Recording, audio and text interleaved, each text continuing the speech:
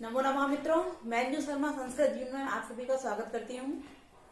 तो जैसा कि मित्रों हम लोगों की जो 8:30 बजे वाली साहित्य की कक्षा चल रही है, उसमें हम लोग महाकवि भारवीकृत जो हमारा महाकाव्य है किरातार्जुनीयम, उसके प्रथम सर्ग का अध्ययन कर रहे हैं। तो हमारे कुछ नए मित्र हैं जो हमारी वीडियो के साथ लाइव जुड़े हैं, जिसमें अनीता यादव जी हैं, रीना राजपूत जी हैं, विनय यादव हैं, ओम नमः शिवाय हैं। और जो भी लोग हमारी वीडियो के साथ लाइव जुड़ते हैं, कृपया वो लोग समय से आया कीजिए, क्योंकि आप सभी के पास जिन लोगों ने भी चैनल को सब्सक्राइब कर रखा है, वीडियो का लिंक और नोटिफिकेशन आपके पास समय से ही पहुंच जाता है। तो 8 बजे वाली जो हमारी व्याकरण की कक्षा होती है, साथ ही साथ जो 8:30 बजे वाली हमारी साहित्य की कक्षा होती है, दोनों ही कक्षाओं में आप लोग समय से आया कीजिए।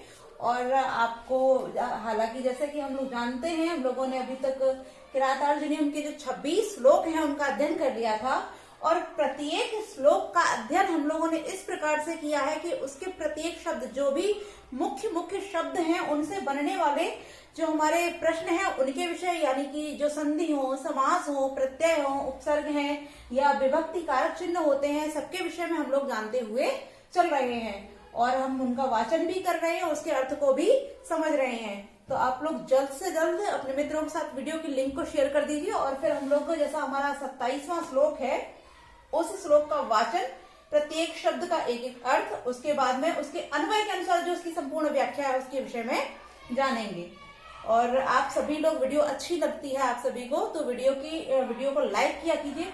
साथ ही साथ मैं कुछ लोगों को ये भी बताना चाहूंगी कि हमारा एक टेलीग्राम चैनल ग्रुप भी है, संस्कृत जीवनम बाई अंजू शर्मा के नाम से।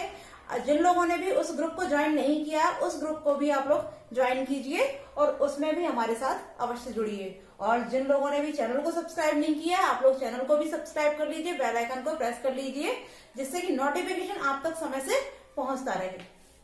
तो हम लोगों का जो 27वां श्लोक है, इसका वाचन करते हैं, फिर इसके अध्ययन को आरंभ करते हैं। तो आप सभी लोग मेरे साथ दोहराइए।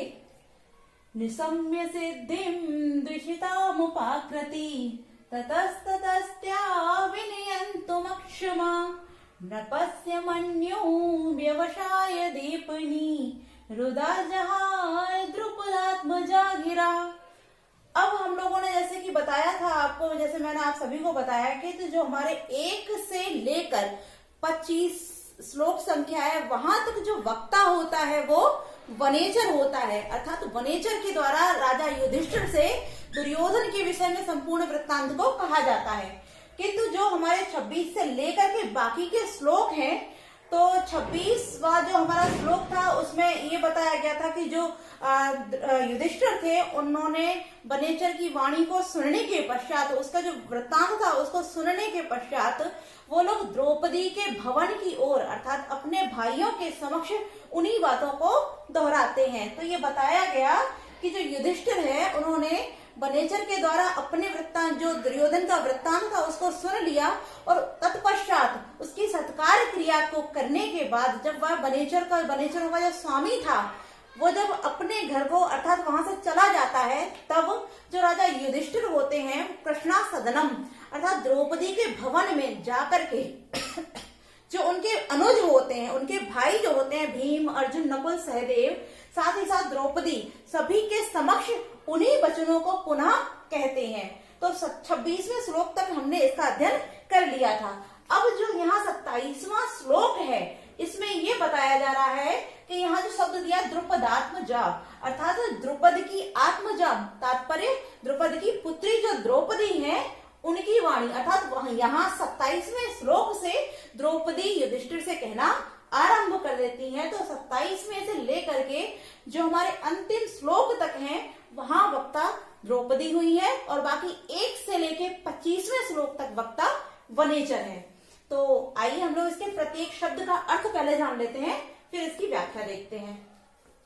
तो यहाँ पे लिखा निशम्य, निशम्य माने होता है सुनकर, सिद्धिम सफलता को, सिद्धि को, द्विषिताम, द्विषिताम अर्थात शत्रुओं की, अपाकृति अपकार को, ततः ततस्त्या, यह ततः है और उसके बाद में है ततस्त्या, अर्थात ततः माने इसके पश्चात, और ततस्त्या माने शत्रुओं की ओर से आने बढ़ाने वाला।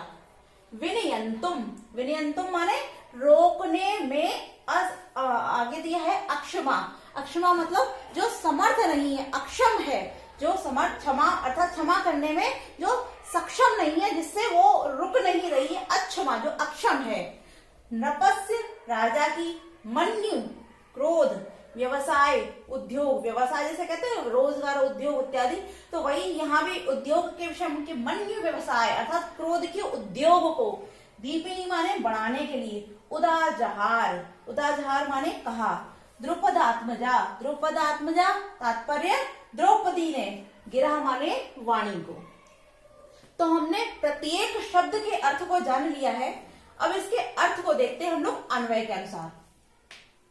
तो हमारा जो सबसे पहला वर्ड जो अन्वय के अनुसार लिया जाएगा वो हम यहां से लेते हैं ततः। ततः अर्थात इसके पश्चात या इसके बाद। द्विषताम शत्रुओं की, सिद्धिम सफलता को, निशम्य माने सुनकर। क्योंकि जब युधिष्ठिर अपनी बात को कहना आरंभ करते हैं तो वो अपने अनुजों और साथ ही साथ द्रौपदी के समक्ष उसी बनेचर की वाणी को दोहराते हैं। अब जैसा कि हमने कई श्लोकों में पढ़ा कि वहां जो दुर्योधन है उसकी संपत्ति, वैभव, उन्नति के विषय में बहुत वर्णन किया गया है। तो उसी प्रकार को जब युधिष्ठिर ने द्रौपदी के समक्ष बताया तो द्रौपदी उदाजहार तात्पर्य गुस्से में आकर उस चीज को उलाहना देते हुए कहने लगी। तो यहाँ वही चीज है कि शत्रुओं की सफलता को सुनकर। अन्य कोई नहीं बोला है, किसने बोला? द्रौपदी, द्रुपद आत्मजा। अब यहाँ द्रुपद आत्मजा क्यों बोला गया है? क्योंकि यदि कोई जो स्त्री होती है अपने पति को उलाहना देती है तो वो चीज अच्छी नहीं मानी जाती है। तो इसीलिए जो द्रौपदी है वो स्वयं को उनकी पत्नी ना बोलकर यहाँ द्रुपद आत्मजा के नाम से स्वयं को संबोधित करती हैं कि मैं नहीं कह रही हूँ इस चीज को। इस प्रकार जो आपको कह रही है वो कौन है? वो द्रुपद की पुत्री है, ना कि आपकी पत्नी। तो इस प्रकार से यहाँ बोलते हैं कि इसके पश्चात, किसके पश्चात? जब उन्होंने, युधिष्ठिर ने संपूर्ण वृत्तांत को द्रौपदी और अपने अनुजों के समक्ष कहा, इसके पश्चात, तथा माने इसके पश्चात शत्रुओं की सफलता को सुनकर। शत्रु दुष्टता माने शत्रुओं की, सिद्धि माने सफलता को, निशम्य माने सुनकर, ततस्तया शत्रुओं के द्वारा अपाकृति प्राप्त होने वाला जो अपकार, अपकार यानी तिरस्कार जो उनको हुआ, क्योंकि उसकी यदि समृद्धि हो रही है और उसकी समृद्धि कब हुई? जब हमने उसको इस चीज के लिए समय दिया, मौका दिया, तब। तो यहाँ उनका जो है तिरस्कार हुआ। तो वो कह रही है कि शत्रुओं की सिद्धि को सुनकर शत्रु द्वारा किए गए अपाकृति, अपकार के कारण, विनयंतु अक्षमा, अपकार के कारण स्वयं को रोकने में अक्षम, अर्थात मैं उनकी सिद्धि को सुनकर इस प्रकार दुखी हुई हूँ और उनसे जो मेरा तिरस्कार हुआ है उसके कारण अपने आप को रोकने में असमर्थ। अक्षमा माने असमर्थ। नृपस्य राजा के, अब यहाँ राजा से युधिष्ठिर को संबोधित करते हुए कहती है द्रौपदी कि नृपस्य राजा के मन्यु व्यवसाय, मन्यु व्यवसाय तात्पर्य क्रोध को बढ़ाने वाली, मन्यु व्यवसाय क्रोध के उद्योग को। अब उद्योग तात्पर्य व्यापार होता है, तो व्यापार का तात्पर्य क्या होता है कि हम प्रतिदिन उसमें उन्नति करते चले जाएं। तो वही चीज यहाँ लिए कि मन्यु व्यवसाय, जो क्रोध है उसका व्यवसाय, उसको बढ़ाने के लिए, दीपिनी उसको और अधिक बढ़ाने के लिए, मन्यु उद्योग को बढ़ाने के लिए द्रुपद आत्मजा गिरा, द्रुपद की पुत्री द्रौपदी ने, गिरा माने वाणी को, उदाजहार माने कहा। अब वाणी को तो कहा, लेकिन कैसी वाणी को? उलाहना देते हुए वाणी को कहा। तो आपने एक एक शब्द का अर्थ और व्याख्या भी देख ली, फिर से एक बार देख लेते हैं। इसके पश्चात शत्रुओं की सफलता को सुनकर शत्रुओं द्वारा अपकार को प्राप्त करने के कारण या अपकार से रोकने में अक्षम हुई द्रुपद आत्मजा द्रौपदी ने नृपस्य मन्यु व्यवसाय, युधिष्ठिर के क्रोध उद्योग को बढ़ाने वाली, गिरह माने वाणी को, उदाजहार माने कहा। तो इसका संपूर्ण जो व्याख्या थी वो भी हम लोगों ने जान ली है। अब इसके जो मुख्य मुख्य शब्दों से बनने वाले प्रश्न हैं उनको भी देख लेते हैं। तो यहाँ शब्द लिखा हुआ है मन्यु व्यवसाय दीपनी। मन्यु व्यवसाय दीपनी जो शब्द है इसमें हमारा द्वंद्व समास होता है। तो तो इसका जो द्वंद्व समास है वो क्या हो जाएगा इसका, मन्युष्य व्यवसायस्य अर्थात मन्यु व्यवसायो। तो यहाँ मन्युष्य व्यवसायस्य अर्थात द्वंद्व समास का विधान किया गया है। आगे हमारा लिखा हुआ है द्रौपद आत्मजा, तो द्रौपदस्य आत्मजा अर्थात द्रौपदी की पुत्री है जो। तो यहाँ हमारा जो है वो षष्ठी तत्पुरुष समास है, द्रौपद आत्मजा द्रौपदी की पुत्री। तो यहाँ संबंध बताया जा रहा है, संबंध होने के कारण यहाँ द्रौपद आत्मजा में षष्ठी तत्पुरुष समास का विधान किया गया है। आगे लिखा हुआ है यहाँ अक्षमा, अक्षमा न क्षमा नहीं है जिसमें क्षमा, क्षमा न होने के कारण अक्षमा में, क्योंकि यहाँ अ जो निषेधात्मक जो हमारा उपसर्ग, जिसको उपसर्ग नहीं बोलेंगे, निषेधात्मक वर्ण है जो अ है, अ या अन का प्रयोग जब होता है तो वहां नए तत्पुरुष समास हो जाता है। तो यहाँ अक्षमा में भी नए तत्पुरुष समास का विधान किया गया है। तो हम लोगों ने जो हमारा 27वां श्लोक था इसकी संपूर्ण व्याख्या एक एक शब्द को जानने के बाद भी कर ली है। तो अगले श्लोक की ओर बढ़ते हैं, जो हमारा 28वां श्लोक है इसको पढ़ते हैं। पहले इसका वाचन करते हैं फिर संपूर्ण व्याख्या देखते हैं। तो आप सभी लोग मेरे साथ दोहराइए। भवादृशेषु प्रमदा जनोदितम् भवद्विक्षेप इवानुशासनम् तथापि वक्तुम् व्यवसाययन्ति माम् निरस्तनारी समया दुराधयः। तो यहाँ जो बोला गया भवादृशेषु, जो हमारा शब्द है भवादृशेषु, तो यहाँ आप भवाद अर्थात आप, विशेष अर्शेषु अर्थात आप जैसे लोगों के प्रति या आप जैसे लोगों को, प्रमदाजन, प्रमदाजन तात्पर्य स्त्री जनों के द्वारा, उदितम कहा गया, भवती अधिक्षेप, भवती माने होता है, अधिक्षेप अर्थात तिरस्कार, एवं माने के समान, अनुशासनम, अनुशासन से तात्पर्य यहाँ उपदेश, सास धातु जो आई है वो उपदेश अर्थ में प्रयुक्त हुई है। तो यहाँ बोला जा रहा है कि जो उपदेश है, एवं माने समान, अनुशासनम माने उपदेश, तथापि माने फिर भी, वक्तुम, वक्तुम कहने के लिए, यहाँ तुमन प्रत्यय प्रयोग किया गया तो वक्तुम कहने के लिए, व्यवसाययन्ति अर्थात प्रेरित करती हैं, माम माने मुझको, यहाँ द्वितीय व्यक्ति एक वचन का प्रयोग है, मम माने मुझको, निरस्त नारी समया। और यहाँ जो हमारा समया शब्द दिया है, ये समया शब्द बहुत ही ज्यादा इंपॉर्टेंट है, क्योंकि समया शब्द का अर्थ कई बार पूछा गया है। तो यहाँ जो समया शब्द है इसका अर्थ होता है मर्यादा, अर्थात यहाँ जो पूरा शब्द दिया है नारी समया, नारी की मर्यादा। आगे दिया है निरस्त, यानी कि उसको नष्ट करने वाली, दुरा आधया, दुरा माने दुष्ट, आधया माने मनोव्यथाएं।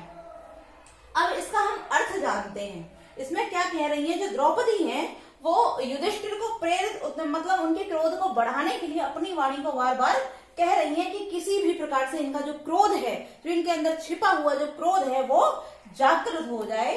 तो उसको जागृत करने के लिए जो द्रौपदी है वो युधिष्ठिर को बोल रही हैं।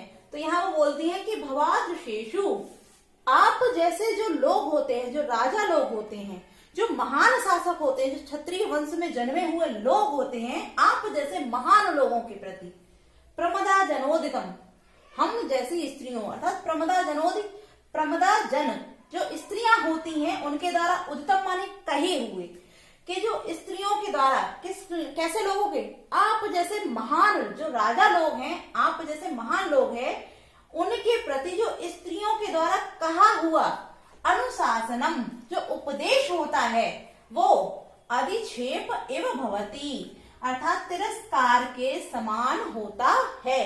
मानो जो मैं स्त्री होकर आप जैसे राजा लोगों को यदि मैं कुछ कह रही हूँ या उपदेश दे रही हूँ तो वो आपके लिए तिरस्कार के समान है।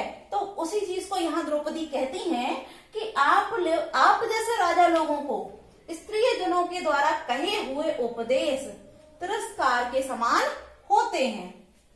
तथापि वक्तुम, फिर भी, तथापि माने फिर भी, नारी समया निरस्त नारी समया अर्थात नारी की मर्यादा को नष्ट करने वाली जो मैं क्योंकि एक स्त्री हूँ, एक नारी हूँ और फिर भी मैं आपको कहने के लिए, आपको उपदेश देने के लिए प्रेरित हो रही हूँ क्योंकि जब मैंने उस दुष्ट दुर्योधन अर्थात जो हमारा शत्रु है उसकी सफलता को सुना है, तब से मेरे अंदर एक क्रोध उत्पन्न हो रहा है और उस क्रोध के द्वारा ही, उस क्रोध को मैं रोकने में अक्षम हूं, उसको क्षमा नहीं कर पा रही हूं। तो उस क्रोध के कारण मैं फिर भी आपको, जो नारी की समय है, नारी की मर्यादा जो है उसको नष्ट करने वाली क्या दुष्ट जो मनोव्यथाएं हैं, जो मेरी मन की मनोव्यथाएं हैं, जिनसे मैं अंदर ही अंदर दुखी हो रही हूं, ऐसी मेरी मनोव्यथाएं हैं जो मेरी मर्यादा को नष्ट कर रही हैं। क्योंकि किसी भी पत्नी के द्वारा किसी पति को उकसाया जाए या उसको उलाहना दिया जाए या उपदेश दिया जाए, वो उसके लिए तिरस्कार के समान है। फिर भी जो मेरी दुष्ट मनोव्यथाएं अर्थात जिनके द्वारा मैं दुखी हो रही हूं, ऐसी दुखी करने वाली मेरी मनोव्यथाएं मेरी नारी की मर्यादा को नष्ट करते हुए मुझको, माम माने मुझको, वक्तुम माने कहने के लिए, व्यवसायंती प्रेरित कर रही हैं। तो यहाँ भी मैंने अभी बताया जैसे कि जो द्रौपदी है, द्रुपद आत्मजा द्रौपदी, जो युधिष्ठिर हैं, उनके क्रोध को बढ़ाने के लिए बार बार प्रयास कर रही हैं कि किसी भी प्रकार से ये क्रोधित हो जाएं और उस दुर्योधन से अपना बदला लेने के लिए तैयार हो जाएं। इसलिए वो उनको मतलब उनके क्रोध को बढ़ाने के लिए बार बार उनको उलाहना देती हैं और ये भी कहती जा रही हैं कि मेरी जैसी स्त्रियों अर्थात पत्नियों के द्वारा पतियों को उलाहना देना या इस प्रकार के कार्य उपदेश देना ये अच्छा नहीं है।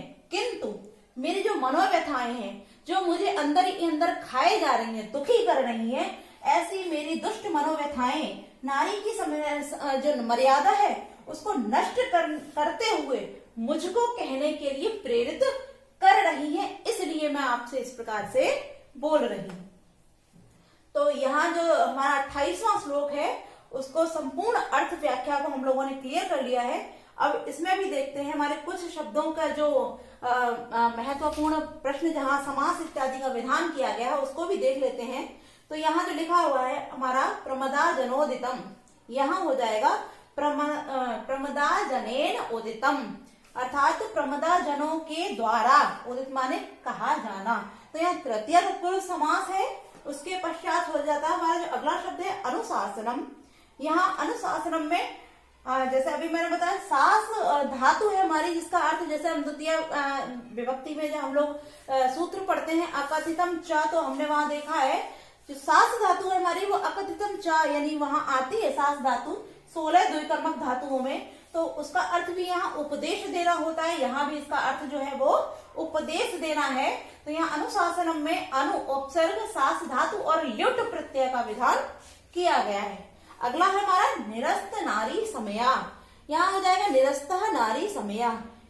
तो यहाँ बहुब्रीहि समास का विधान किया गया है और साथ ही साथ जो निरस्त है, निरस्त इसमें निर उपसर्ग अस धातु और कित प्रत्यय, निरस्त निर उपसर्ग अस धातु और कित प्रत्यय का विधान किया गया है। तो हमारा जो 28वां श्लोक था उसका भी हमने अर्थ जान लिया।